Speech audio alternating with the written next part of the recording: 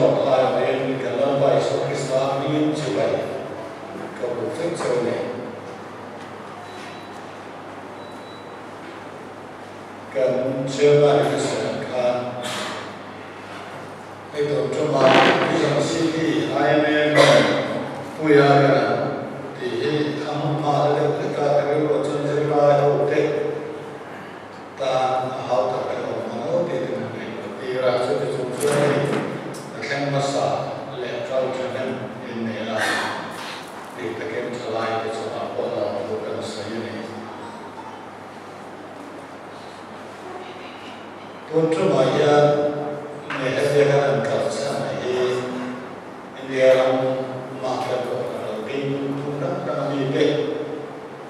thì một đôi tổ cái lý số nhân tạo cho cái mà sẽ một đôi tổ làm cho sau đó là thọ phận đó là vấn đề rất lớn khi mà những công số của thọ phận mà khi lúc số làm sự cái thọ số cả and then lo những sản phẩm khác tham gia lo in Delhi ka to boka Kolkata kan ko kan ki sani som ama kan ka to boka fi sa ko lai suan hai Mumbai hai lo ta to chuma ka na ka yam san ki alom ka ti la tin ka ka na maso na ne san sin này nó tak tak ke tu lo lama di sana pun committee discussion bahwa Bangalore ke kala kan ko ko dan bilo itu zona macam ini utis tu ini memforma ko ai ka kin ka fa itu kan ni Bangalore le ka su te ka ko kan lo ke dia ke la te u dia di UPC tu sam su fellowship bundle ka thatra ka te la ko kan alo din suan ko kan nge se ka ni dia kan tire dia tin to trung Bangalore ko Mumbai ka Sunday sa cho ai ko ma chu ta chuan salvation kan va salvation kan va da ya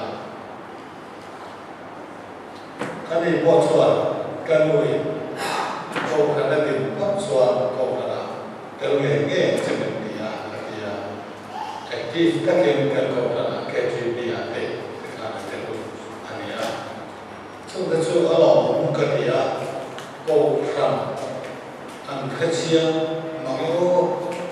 nếu mà cái cầu rằng bên này là mà sang cầu rằng luôn nó là cái mà anh khách chiang mà nghe thì cái điều đó là sao nhỉ anh nuôi cái căn phòng cái nuôi là cái căn cái chút tiền thì nó ra số cần phải cầu rằng đôi tu thì sẽ nghe cái bỏ nhà các cầu rằng là lâu tiền ta cả cầu rằng là tiền đủ ra in free nên sao theo cái sao mà tất cả cái này fellowship lệ cầu rằng giúp tất cả cái này anh đi qua hay thì anh là Mizor Christian Fellowship ở Hyderabad Mizor Christian Fellowship ở Hyderabad thì là cũng là cầu rằng là thế này ta có mình cái này Kolkata akan kau datang tidak akan datang musik akan dress kau akan rapi akan bertiap dia akan kau akan rapi anak dia dan juga yang Bangalore kau ni tahu tak fellowship kan kaya soal fellowship ya kaya mana ni asal soal bizau berkhiat in mukhatab maya in mukhab nam dewa ni dekat ni ya kalau kata kau cuba kan anh kho mà hết cho nên ta cái cán bộ sống lên là vào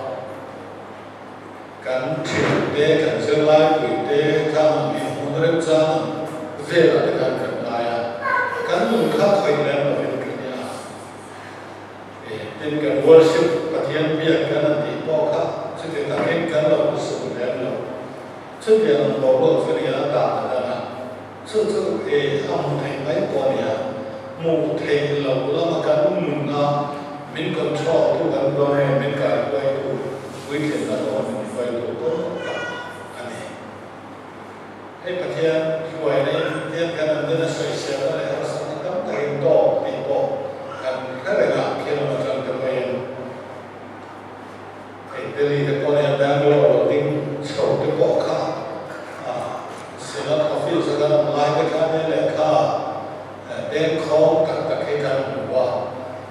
mizo society chanda tum tiang zong si tere asam kayang der a mizo welfare kum a ke se tu ang deu ke tham mi nghe này ăn qua ăn một hết giảm chi nhỉ ăn mai là cái đi rồi cho nó welfare là cái mà mizo society là cái chuyện của nó đấy cái cần mi là sao để rồi bằng nghe này trả lại em nói là ba em lại sẽ khá lắm luôn đi em có cho rằng tôi ăn mai các bạn cùng có số nghe này electric cái gì bằng khăn số bị thế này à họ bị cùng lúc số mình cần phải có bài xe này cái này nó cũng là số bị lại soan nhà cần cần là mình dùng Christian service cả họ tu cho cái này là họ sẽ bỏ một member hiện cần này rồi đấy kamu lawan dia kok, apabila drugs kalau harus ada dia mau dilakukan kan tosu lagi mungkin lalu toh makan nanti kan mau makan dah, angkau macam ni cina, sensu sekarang masuk program drugs di kawan mau dikate, kerana ya tu makan kayak kawin kan dia hamil sana, orang tak kalau dia kau kayak sana ni lah. Lên nó chuẩn cán bộ phụ nữ anh là bắt đầu mà chúng ta cái gì miễn nhiễm thì là nó có lâu thiếu cái bị tiền nó mới sợ nó bảo là in về mà tin cán nào cái là điều là cán này à mission rong bò lao cán này là nghe cán bộ phụ nữ là có cán nào lên cái này cho nên là cái số ya chú mấy số họ sắp ra này trên cả số nghe này số tỷ lệ là con số công rồi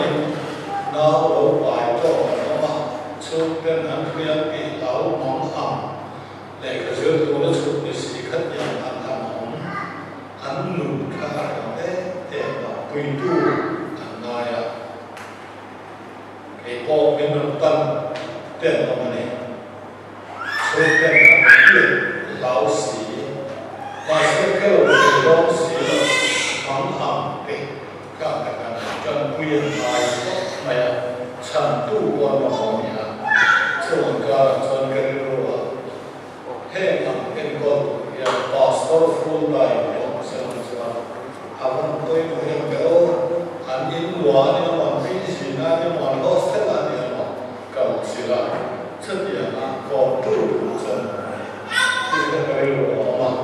mari di rumah itu orang chút tiền làm đồ quốc cho được vào cái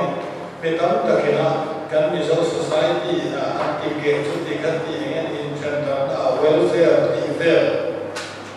do cái mà là welfare và các tiền hợp vào cái khu cần nó cần sport thì cái các tiền America có bị cần gì đó mình hình nung bao lâu tụ như vậy là nên mình hình dung cái nó phép tu cái này là cho quên nên một câu là cái mỏ thì là con chân có thể làm chúng tôi nó tỏ và tình cảm có nó mới là tu tỏ cả mình cái đó tỏ rồi các mình phải là các cán tu khen cần cao thế này xuất hiện là làm cho phép tu trần quy tu cải quay tu gì mình hình dung hiện cần một phép thì bài này thì cần tham đó là có nghe này tôi sẽ mình ta là cái này nó rất là tôi rất là thì bác hiện là cái sự thì cả đều thì chủ yếu là nó chủ yếu là xem thì có gì à trong các chuan cho mình khi nó muốn cái khen khan cái thứ nó giải là mình nghe gai tu cái mỏ nghe này mình khởi tu mình cần tu mình khởi phạm tu anh ông là chuan cần mình hiểu là gì lúc thôi à cần đủ lòng khen phải à cần cả đủ thầy cho bạn nên cần khá là lòng hiểu về tu cần quay tu ông nói về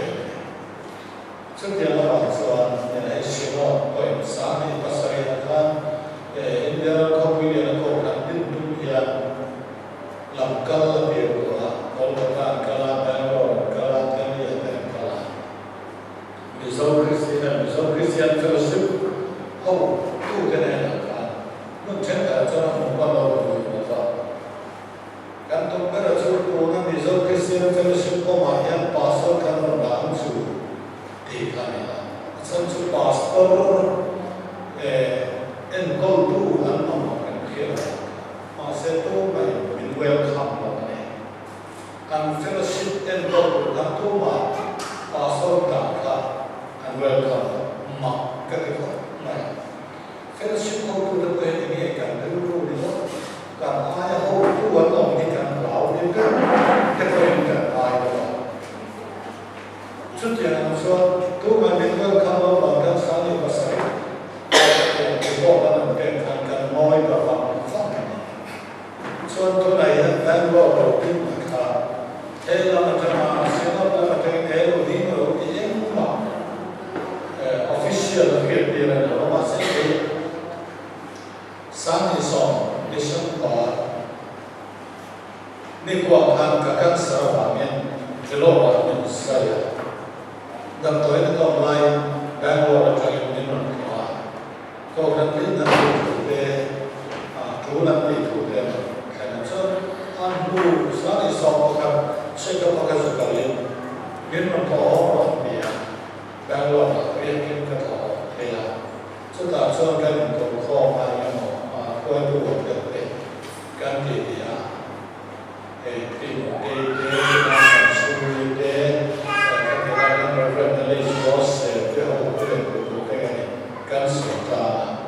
sino chuan engemo office order engemo thu ama committee ana tin ro ti ya sai lo ni ma se na ma ni din thot chuan ai san lo chuan ti kan la chuan ko lo ka anding ta ananding fel tahu dia an pastor moi le pekla kana khaten kham ma la chota ni den dia tu le de su ni sa na o soya kan rama kia to la social media sa ne WhatsApp Facebook ni le ke mo akan mang ora den TV leฉันเช่นพูดเองกันให้เมียขนาดนี้โกกันในเด็กนั่นเองโกกันในดูนั่นเองโกกันใส่เสียนะใส่เสียนั่นเองอารมณ์โมตูป่าส่วนนี้มันรูปบ้านเนี่ยมั้งแค่ที่พี่เนี่ยมันโกกันไม่เสียเนี่ยมั้งข้างแค่น่ะอย่างนี้ใส่เสียนั่นเองนั่นสามีชื่ออันตั้งเป็นชื่อเฮ้ยพายมาเลยค่ะเสร็จแล้วผมเรียนตั้งเฟลชิพเฟลเราทั้งนี้ก็การที่เฟลชิพมันติดกันมาเสร็จเฟลชิพเลยก็การอาการต่างแต่พอยังแค่ทะเลาะเนี่ยก็การที่ตัวเต้นหมอดินนะตัวเต้นหมอกันเดียวป่ะสรุปก็ว่าเต้นหมอตัวเต้นนะอันดินมันดีอ่ะใส่เฉพาะก็แค่พอดี所以你是说，希望按照那个应该为了查好那说，刚刚搞些了，刚没提啊，的查来拍了嘛来看是，应该的，保罗在那上，懂了，他才改了，别过了来说，跟别过了没路搞新了来呢。都是人们不对，给这个被动的，应该说吧，那比较是那样的一个，都是的，他们罗马人印度没有，跟随不一样的了 ，Christian 啊，就印度一样的说，philosophy 包有说，他们看，那种不一样的呀，对呀，搞个那个，就搞完了就干。Hindu filosofi ansar na paglukan teka asal Krista hay cái ada apa kan semua tiap orang kan tu kat yang kan ya mani jawa viral zinga an kosada ansar ko dia kan filosofi de ana riat kan dalam asal ko yang tak kan hai jual kalau lebar ni, itu kan ramah oh ya, hết cắm là cho sự việc rồi cô khăn tớ ở cô hiện cần thể đi rưu rưu và đi trong thơ hiện hiện sống khóc mà sẽ cô khăn rừng nó lại hấp bối mỏng đó nghe này sâu nặng sâu tôi nói hiện cần sẽ tiêu tầm ở vài bà sâu như là giờ hết là cô khăn lâu đi đi học cô một cái mà là làm thơ khăn nhận được là lâu tốt sống đủ lâu rưu rưu ở cái chỗ ngã sợi mà fellowship ở khắp khắp ở lễ bài nào mà sẽ khắp ở lễ rồi rồi trong lại quên anh ya cần cả chế mà để khá nó bật tiền cho này cái sự phai ông khăn ya xây nhà nó sắp tới mà đi là thôi chúng ta sẽ thảo sản đi sau lúc ta phải làm chứ cái chuyện cô khăn này fellowship đang làm nó cái đâu đấy cái này fellowship các cô khăn này mà thì mà khăn là nghĩ cái ta cái chuyện cô khăn này nên chịu được cái này thì tốt tốt trên thì cô khăn bố là cái vì cô khăn đó là con này biết cái con này lâu hiện tu cần đến bậc này có lâu phim có ra lâu hiện tu cái cả cô khăn bố là cái lâu này chỉ là anh ấy cho mình khám cần bị cái này là anh rồi cái lâu tu là cô ram suna tiếng anh mình sẽ anh sẽ là có presbyterian members of the forum some many all around the council and me with everything and go around us some real there was a money there be a possible problem in a Mumbai Hyderabad and coming together all around the council where also Baptist Bible so UPC Bible so service of the Bible and go hand Bible can do better so can be so Christian way cô khăn các thân này rồi mai này cho bạn tu mà nên khăn tu rồi là cô làm sao các nhà anh hôm anh sẽ mang cô làm một sự mà sẽ là cho cô khăn để nghe đi anh đi thấy rồi thì sẽ cô khăn lúc bình thường rồi lúc này sẽ là gì vậy riêng một chuyện cái số theo bạn cho thì hay là bạn cô khăn riêng bạn cô khăn đó là đi ra hay là phố để thật thâu để cho nên mai thì cần trở lại về yên nghỉ rêu rưu các cái nào thế rồi vào ngày thì ôn cầu rêu rưu mình sợ nhiều mình sợ của mình xuất hiện mê rồi nhưng chưa không phải có nên để làm mà bà sao cho cái đi cầu nó chưa trở lại của mình mà là tất cái số trò này số cái sản xuất trở lại khá là vẫn sống ăn phong là nghe cái kia các cái số cầu khá ăn uống phát sản nên việc cái con bộ thì giả sử như việc cái con thì mình giao vô cho các cái này cái không này có cái tiếng Anh của cái bọnการสลายกันโน้มกับอันพูดอันแต่เขาลองกันยาเวลาพอสุดยังบอกว่ารีบสุดยังพาสปอร์ตเต็มเวลาสามเอาตัวเต็มกันเวลาเอาก็สุดเลยไว้ในตัวร่างกันร้องไปเอากันยาก็จะด้วยตัวส่วนพอเราตัวส่วนในการroutine kan program melakukan biasa kelompok dapat kelompok dapat kelompok biasa kelompok yang berkaitan dengan program media dia akan dapat diikuti seperti kita itu orang waktu mereka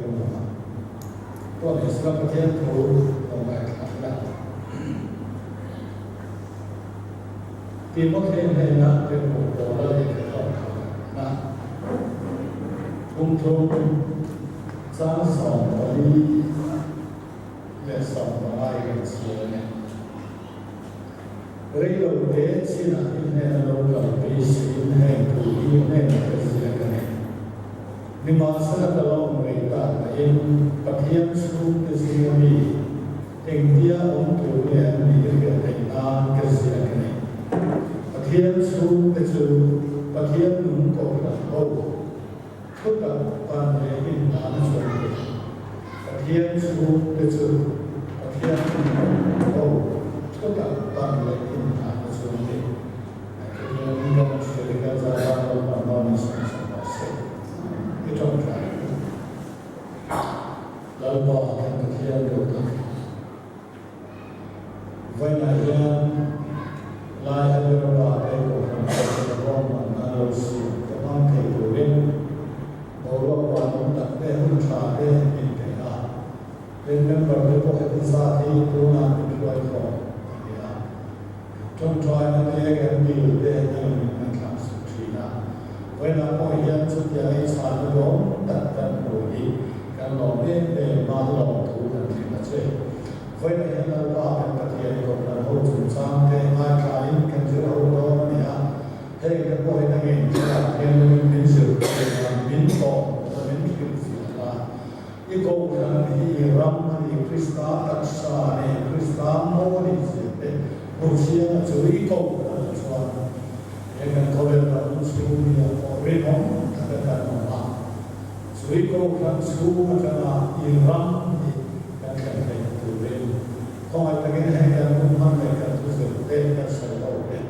làm sao ta làm những sự sẽ lại là điều bạn là sao ta tất cả lâu năm lâu đi rồi đi cái gì cái lâu này lâu bạn mình sẽ sẽ một sự tất cả cái bao nhiêu trong tâm đến không cái bao nhiêu mà xem sự bây giờ hiện lâu bạn cái gì đi câu rằng hậu lâu đi rồi Iren tuan pasal takkan yang diikan ring. Satu minggu kerana kecuan ini nendang also kalau buang suap deh. Kita tak nendang diikan ring. Media kau menundang kan ding mati kau. Suap memberkan ini nendang also tak nendang tu deh kan kalau sih ni. Insu mai lagi seorang nama nulen pagi dia kau kamuan nang deal dengan dia walau bah kesian kau takkan suai kau kami lah ai buat kau kami eda kau chan buat na masuk na midam takkan azar azwa irau kui buat imal so na anzir na kau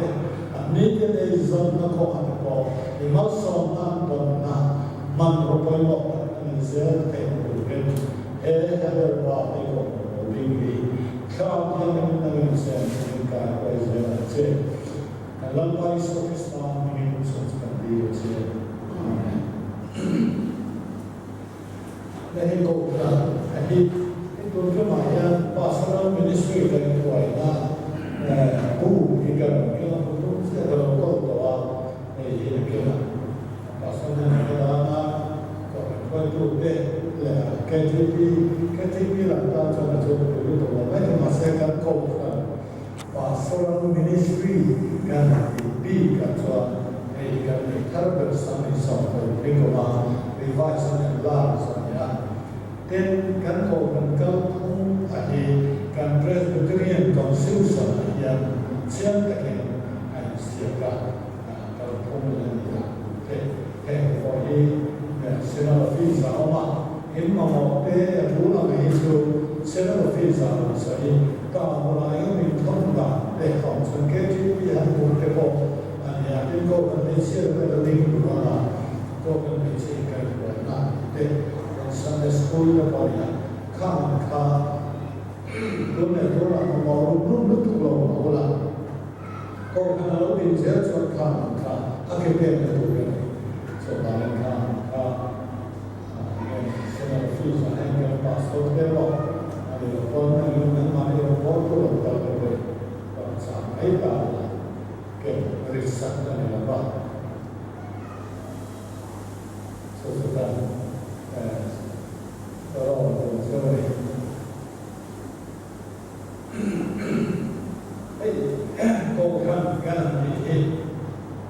King Salomon Allah say I Salomon go from Gan he chân thật so ne aming lali so go from the ning tang lo lam na chu lali san san sin tham na sia bung so ko chang so ko mi ten de ring fa bai ko nge niam ti ya so na kha peter krista tian fa pa zui ni ti ya acha kha lali so simon ba zo ne na to le he le ti sa le ti se ne na ke ti se si la ba ka ba ha ne na ke ti se na ni so he lu chu ya fa ko ho ka le so ma mi ti ko ko tong kha so chu so nam mo atia khata he lu pui atia kha roman ka hi ko ya peter ko kha ni peter kha ni he lu pui ti chu ban ko kan in ma na lu pui chu peter kha ni atia u khen ya an ni chu peter chu khe lua zel tu po an ni ko kan in ma na lu peter kha so zel tu an ya chu ban ka hi ko na sa ya Protestant ho aya sa ya chen bi ma pa ka chuan Protestant chen ka cha hen pui ti ma amai ko ke na ni so so wa in hen pui ti ma ma lan so ni amai ko ke ya ten so le ro na mai ga pa ka ya chuan hen pui an ni ka Peter Krista pathian nu fa pa chui ni ti apo chuan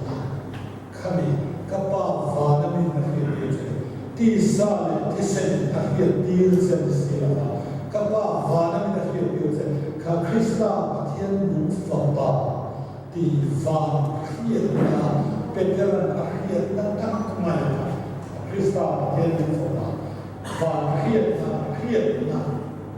ka Henu tu ya ni choni te Protestant chen ya chu ke ko kar ro min ti fia tu ga ra choni ya Peter ti sa ti sa na fia ni lo va fia na la i so Krista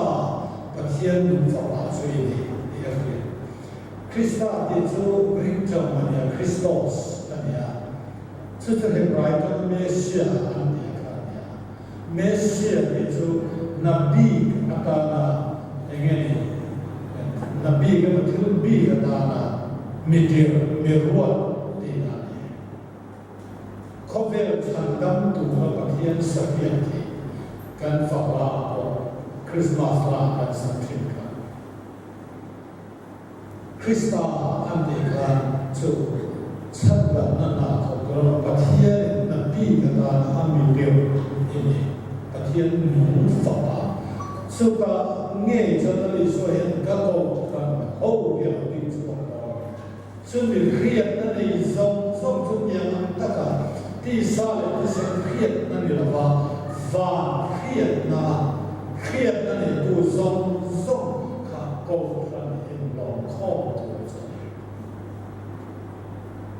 Krista pathian fa ba chan dan tu la ba ani ma Sutia na ketu fiat nanuma ketu zalana o ali swa etiyan sa hei hi satwa nan na sune nan pathian ka sakule itir Yesu Krista kriati so sanga na zo nan pathian ka sakule itir Yesu Krista kriati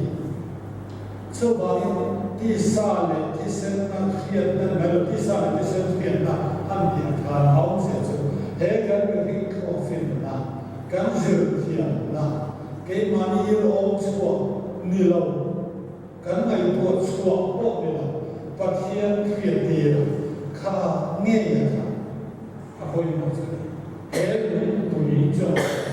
ka so kan ko ni chua to Katia Peter dan Sangka lalu Iswa kata khian dan kau velo teng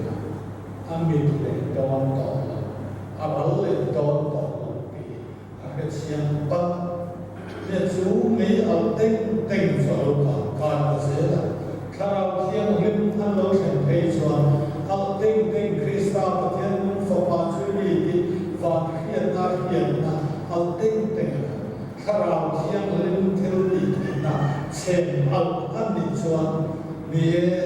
room chu atamin an ta chuaka Paul faram ta tangin cross ai ken bengi kha lalle Christian forming pathian na siam ta di Israel lam te khemo ro se di ina out chuaka chuan Isu Christiani di ka tu sadam to ni di ka tu Nazareth kan va mai ni lo thi rem siam tu fa wa mai ni lo ei sadam to ni di ka tu an lo kum ta ni kha ta bel sa tu po sa tu lai an ni ta a thi do ni e kha kha ni ro pe hon lai a ro ra ma ti chi ni thai mai kan ma ni ni ka ti la an nei ka bu ke ha ro Rakha takin satote swade yani atro vade kha gila harila be santo ma se Krista patien un fapa chui di fiat tei khobe la chua tei ani no van me nei zong ta se so van fiat manin Krista ka khobe al kreveta chu van le khobe kan I zong ta sa lau I suwa ka van le khobe ni kan I zui fin ta che khi ta van ni pui ho pui Krista pathian nu fa ba cho ni an phak ning lo ka ka lo pian sa na to pe khen dai van ni pui sai bo be an ron kha ka Christian ni chuan chúng nung cả pathian ron pui ta khen lấy chuan lo ne ri te ne na yang rem thu pathian ne khobe ni rem na lo khen lo se rem thu le lo se an ron kha rem na lo ni chandam tu lo ni pathian fa pa pathian nun fa pa Mesia Krista ni an ka se chumi hian tak maya peteran alo hian ve sia kha lalu Yeshua kha van ni khobe alo zom ta se hian ta thum ai ti hian na sai le tai na se te zom na chu ka sai tu pe ra chu ko khan in a real leilam thil na ni la van lam thil ni pathian na to le pathian ni na nge ni la ni sa ai thum lu khat ani tu I sai phat ka to ni chu khat ya hian nei Krista pathian nu fa ba chui dia peteran lo sa chu me hian nei poi mo na chu Genesis akan emfiana bom ni te ka pathian ni te wa lai ka te ra chu te tu na ni atika ma sarangin an e mi la sia le trafian na at sia le at trafian na an lo le ba te chu pathian ni chu e mi an ni lo atia ka e vi chuan e mi an ni le ai cha ko an ni ka ke ta chu suo le na e te lung an la sin sia ka chuan pathian hian ta ni thei kham lo do ba kham ye ro ro khe tu hian ta an si kha thei kham ka hian na ai kha khe pathian e mi ni lo ka ti kha hei e mi e cha khong ta na na mi ngai tua na lo ka khat ni chuan pathian le hian nei ta kha ai be sa ta chim le ma mi ala yin chen ba pathian le mi rin in mi ran na sa chu hian nei ma ta ba ani be ke hei hen lo ma hết tiền hết tí là hết tiền hết không biết là hết tiền hết đấy là hết tiền ăn ra số lượng qua hết đấy là cái khắp muôn là đi lâu của thiên xuân chú khắp muôn là đi lâu thì là kể xuân thì rốt quý đặc biệt là số lượng qua cắm đặc biệt cao và dân cầm thế nên số gì cái gì cái hiện tại kia ta nên ăn lâu mà hati lâu mà khăn cả tao cái là mà xin mồm cái này ta uống mồm thật tất lâu khắp nguồn tất cả những cái này ta lâu khắp nguồn cũng nhận lâu so mai vào so bậc thiên nắm lại cái mình mà hết về một phần bội lâu đi mình được hiện ta ăn các cái hiện ta ăn đi ta lâu vào cái tôi đã chân sự hỗ trợ cái này là vậy thì bậc thiên thì bây giờ là một số cái việc của ta ăn một số là so bậc thiên để mình cái làm là gì hiện ta nên ta vàoดูดาให้นานตลอดไงดาให้นานตลอดช่วงตั้งไม่ใช่เราเป็นการคริสต์มาสที่เราฝันว่าใช่ช่วงเราอิสราเอลเป็นชิมอนมาสนะที่ยังพอเลย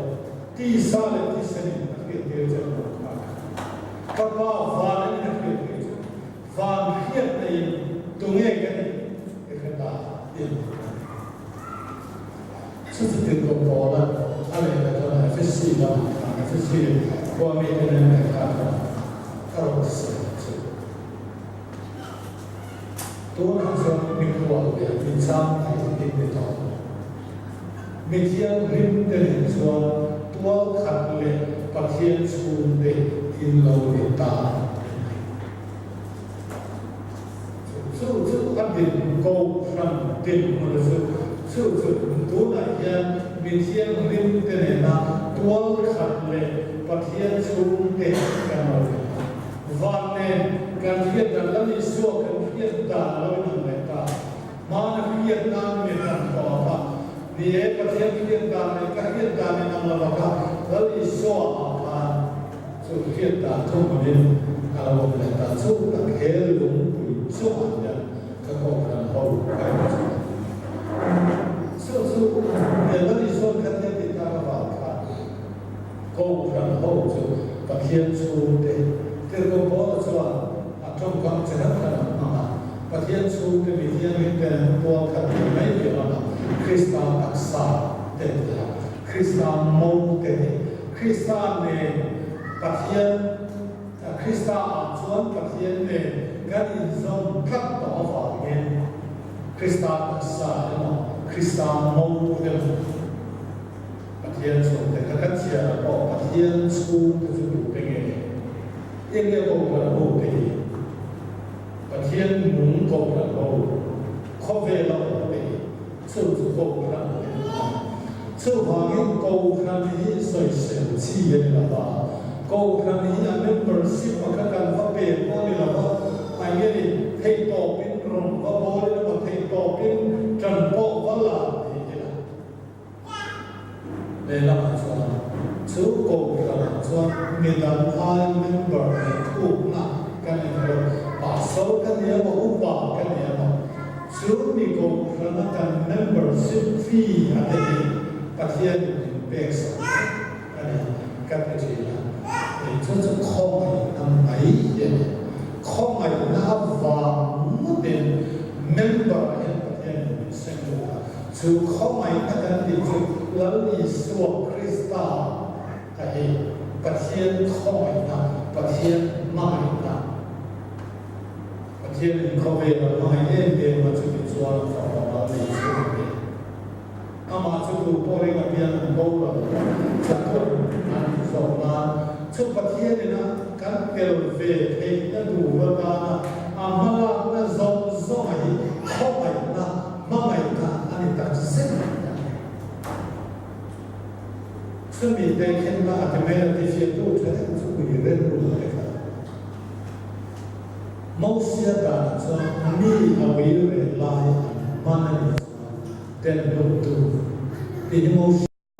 ไอ้ยี่สิบนี่ก็ยังสร้างกันตัวที่ชอบโอ้ยกันนี่ที่เดินหัวกันนะมิตรคุยกันสุดท้ายบอกนี่กันประเทศข้าไล่นับตะกินเข้ามาอันส่วนใดมาเสียกันสังไปเอาจุยเอาจุยอิสราเอลมันสันติซองในประเทศนี้นะมีรูปจุย chất điện chưa anh à mà sẽ bị hình thức ok là các cũng là sao được bài của bạn khang mà biết sáng sáng đó là số là đó khang cái này là sao là cái này làm lên nó cái gì tụi khang tụi lên cái này để thì mà sẽ biết hình chung lù không ngày đà này là đủ đà này là cái gì đà này là khắp mọi cái thiên là hơi nhiều mà sẽ cái thiên mình hơi nhiều này là đủ rồi nhiều này là đủ là ta áp vào máu này chung mà chắc cả nó bao nhiêuถ้ามีบอกเชียร์นี่ยังได้หวังง่ายบอกกันตาเรามาเนี่ยสาวกอันนี้ที่อันนี้เอเวอร์กันสาวกอันนี้อันสาวกคู่มวยนั่งขาเองยังนั่งขาเที่ยววิ่งนั่งขาอันนั้นที่ข้อเป็นการอันเฟรมาเสียจูอันสาวกมัวทองนักอุตุระเที่ยววิ่งนั่งอันเสียมานี่เราการสร้างอาไว้ให้ความสมขัดติริโกไม่ขัดสวรรค์เมื่อทิ้งใครที่เขาไม่อาศัยว่านะมดของคุณนะตัวองเราประเทศนี้เองสุดสักรันที่จะสวรรค์กันสักวันออนเฟลอาศัยสักการกอล์ฟบอลอาศัยสักการซึ่งมีจุดหาอารุณาอัตโลตาจุดประเทศนี้นะอิสุคริสต์มันคอยเล่นเมตุระอารมณ์ร่วมมันตะกี้บอกเช่นนี้ขันเสียตะกี้อารมณ์มันนี้จุดเด่นจุดประเทศนี้หิมจุดเสละอัตโตปัจจุบันแล้วอิสุคริสต์จุดประเด็นหัวนั้นถ้ามีเอ็นดีนอารัตตะกี้มันแล้วอิสุเขาเวลาลูกหลานปฏิสมาเห็นจันทร์โมนะอันจันทร์โมนะ manifesto Nazareth manifesto นั่นเองว่าสัญชาติเราก็จะมุ่งเลี้ยงสอนไปนะข้าเราเรียนส่วน manifesto ที่จะถูกเข้าไปแบบนี้เรียนฝ่ายในอาจารย์สิ้นกับพิรุณว่ามีรู้ว่าเขาเป็นลัทธิข่าวสุการสวรรค์อันนี้ชวนสาวเด็กในชวนทุเรศมีเดินเดินมีฟ้าในเนี่ยทุกสิ่งทุกอย่างที่ดูตาสวรรค์นั้นที่ดูตาตัวที่สวรรค์ที่นั่นดูโอเคเราปานออกทุกสิ่งทุกอย่างมีที่ข้าราชการสวรรค์กันสักหลักจุดเห็นเขาเรียกสวรรค์รุ่งตัวนั้นเดเรตเองนั่นเดมีหันหลงนั่นเดหลอกช่างนั่นกันติส่งเห็นมีอาเฮียนเห็นมุนอาเงียนและมีส่วนรำดินประเทศรำดินตุลีจุประเทศประมาณชนนาเดมิดเดิลเดเก็บบาดเป็นงงเดอนันตอที่นักวิทยานายเราข้าบัพติสมุสานนั้นได้ส่วนรองบอกนะสัมสินขันหลงเพียรคานอาศัยตานี่นักคานอาศัยเรื่องปฏิฆาที่เรื่องเราก็ตัวชิ้นนี้มีเรื่องการง่ายลงประสบเป็นนี้ตานี่นักคานอาศัยเรื่องปฏินั่นอิสวะฟังตัวเองดีอันฟักละอันฟักสองคานนั่นอิสการพูดสอนนั้นเราก็ตัวชิ้นนี้มีนักการง่ายลงกันไม่ใช่ไม่เสียไม่มีมีการเราก็ตัวสอนอีกครั้งสอนนั่นอิสวะเราสอนมีเดิมเดิมเราฟังตาเก็บไว้ที่นั่นกันตาปัจเจกเป็นสัญชาติที่เราต้องการมีที่ในการที่เราต้องการรำไว้ที่เราต้องการปัจเจกรำทวีละที่เราตั้งเอาเงยรำข่าวแข่งกันอามาเรามีส่วนในตรงนี้จงใจส่วนเพื่อที่จะจงใจการป่าฝันในมิตรสาวอีรังเราแข่งกันเสียเรื่องจงใจ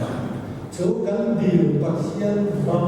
ปัจเจียนหลังนะปัจเจียนทุนนะอามาฝักนะอามาโจไว้นะคนละชุดตะกชุดนั่นส่วนเขาเป็นอะไรเราอัตุมอัศวินชุ so an ta ka lo lan na Krista pathian va pa chui ti na na chu ta ke chuan la li so ka ko kan ho ka re so la ni alo ni ta chu ba ko ve la pathian ram lo sing chu ko kan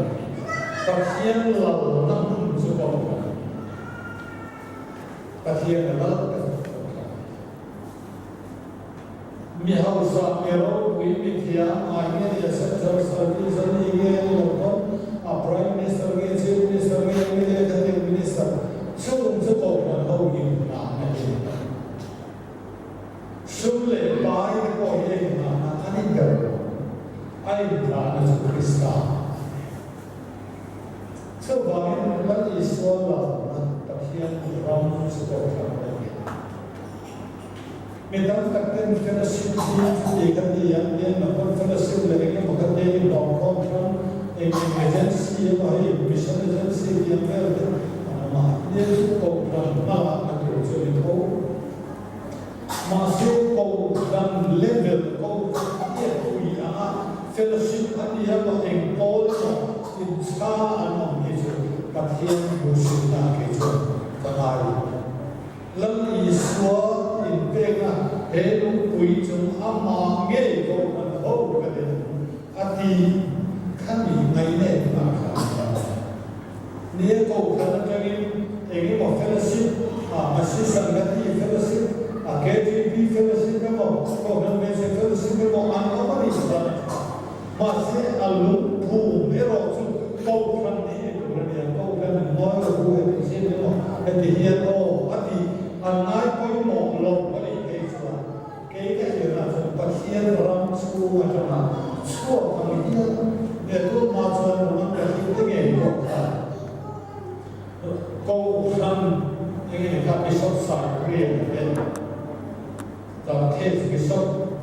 saya krian itu kau kan bona ani tak kena sesuatu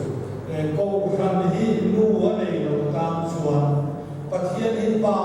ane ke semua ati ini adi kikati mi bau kana hian a om du lo chuan pathiani kapa tin autum ve masam bishop sakri chuan pathiani pa agane ko kan hinu wa ne ta pathiani pa ne ta ko ten non ga ko ga so ne na ko ko na hian sam na no ni hen ko ni ke se ka ya Hey, kan orang ini boleh ni ya.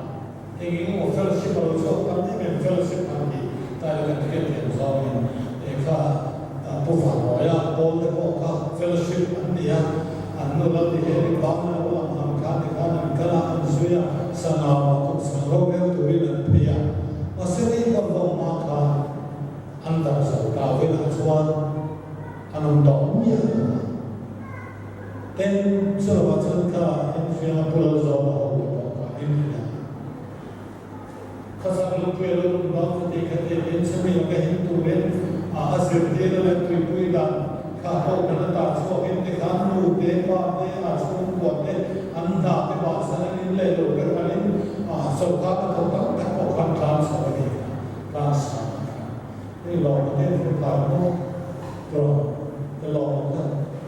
cái bài không phải lo sao mà làm sao cũng không cả. Chụp bài ấy.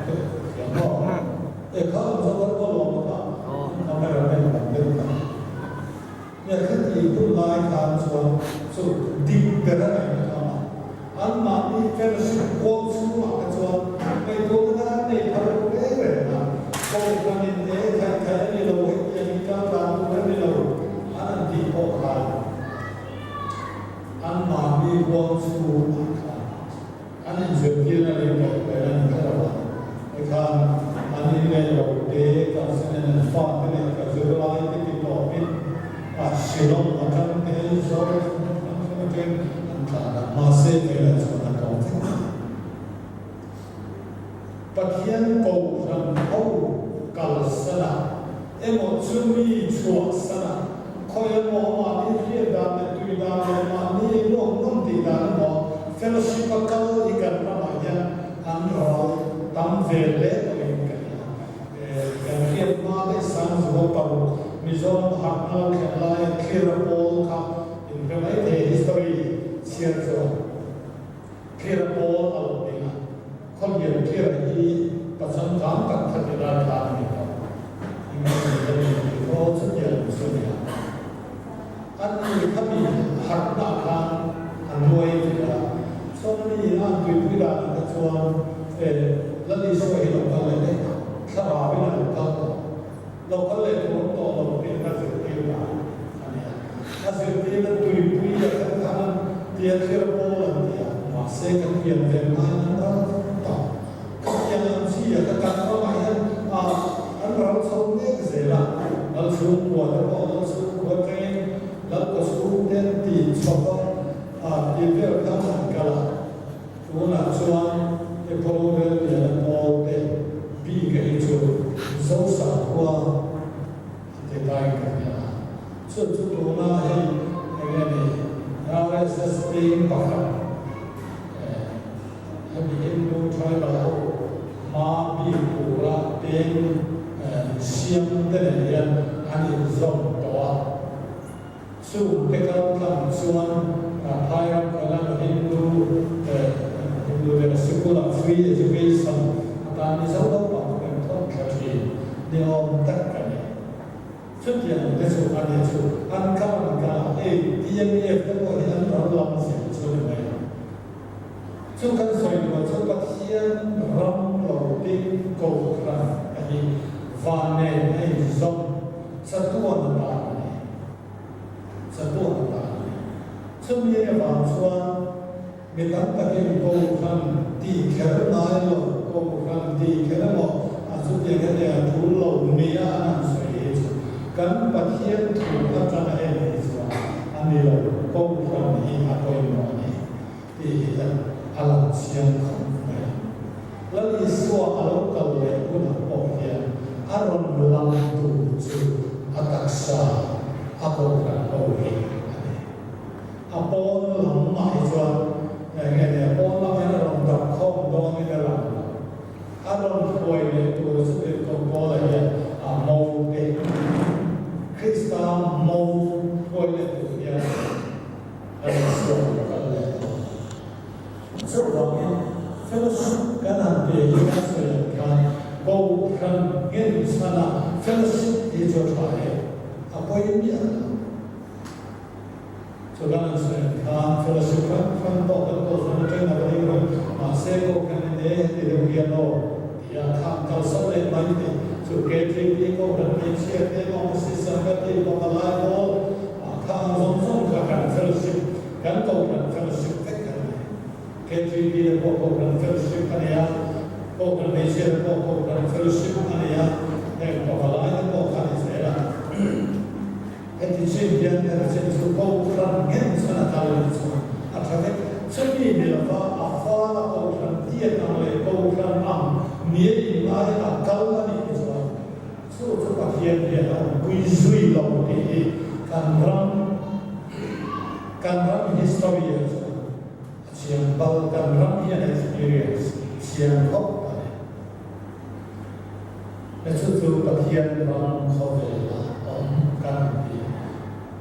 Again, yeah, so is there as well. Can do all the can administer the love as well. Can administration one. Look at the right of masses of it. Can work there to go from me. Maybe till the middle. Maybe I know and I love again, be so not in long call the annual. Not in long call the body by love. Trong in long call the body by love. Hey, it's a whole family. So, I'm so away from that other body. It's a membership. Can get a walker. Naya can walk and pay low minded. I'm a socket missile fire. I'm a socket minted here. Go down and single. I run so I mean the leader. I can back with him. I can say that something. Can't be come for another career in contact with ที่เมื่อกี้เนี่ยเดี๋ยวเราจะต้องประกาศมุ่งสร้างสองกันเลยสองตัวหมดกันที่เรียนเรื่องตัวละมิตรจักรตู้คริสต์อิสวาของเราตอนเนี่ยส่วนหลอกถูกกับสิ่งแล้วอิสวาเนี่ยทำหลอกถูกกับสิ่งเองวางเงี้ยหลอกถูกสิ่งมานะสวยเฉยตู้ติรูดาตู้สวยเฉยตู้ไม่มาอีละริมออกมามิงอะไรอารมณ์โกรธโกรธอยู่ว่าตาก็ถ้าฉายไปกันเองมีกินก็จะเอาไปมีกินมีฟิลตุ๊กมาชวนกูไปกันนะมาเสร็จก็บอกว่าชวนก็ลองเปิดสุขติดกับติดลูกตาดูสวยเฉยดูสวยเฉยดูเราไม่ต้องมาละอามาเพียงริมอามาไม่ง่ายถ้าเพียงเราบอกนั้นมิเชลที่เวทีก็ลงนะนี่จูอาลงนะครับเราบอกว่านี่อาลงแต่ก็เรื่องนี้เงี้ยในประเทศนี้เขาจะขันนี้อาลงนะครับแค่อันนี้ชวนเฟลนะครับเดี๋ยวจะทำกันเลยมาเซลมาโซเกนเป็นสิ่งต่อริมอามาไม่ง่ายฟังรัสเซียตัวเองคริสต์ที่เซนเทียนมาชวนบอลลงเป็นโอซิลฟากันเนี่ยจูที่เซนซิลฟาเนี่ยชวนเขาปุยเทียนเป็นลูกตัวเขาปุยเทียนเป็นจุดไหนกับลูกตัวแม่ก็ฟังอาเย็นเขาปุยเทียนเป็นกับลูกตัวแม่ที่ฟังในซอนกันเนี่ย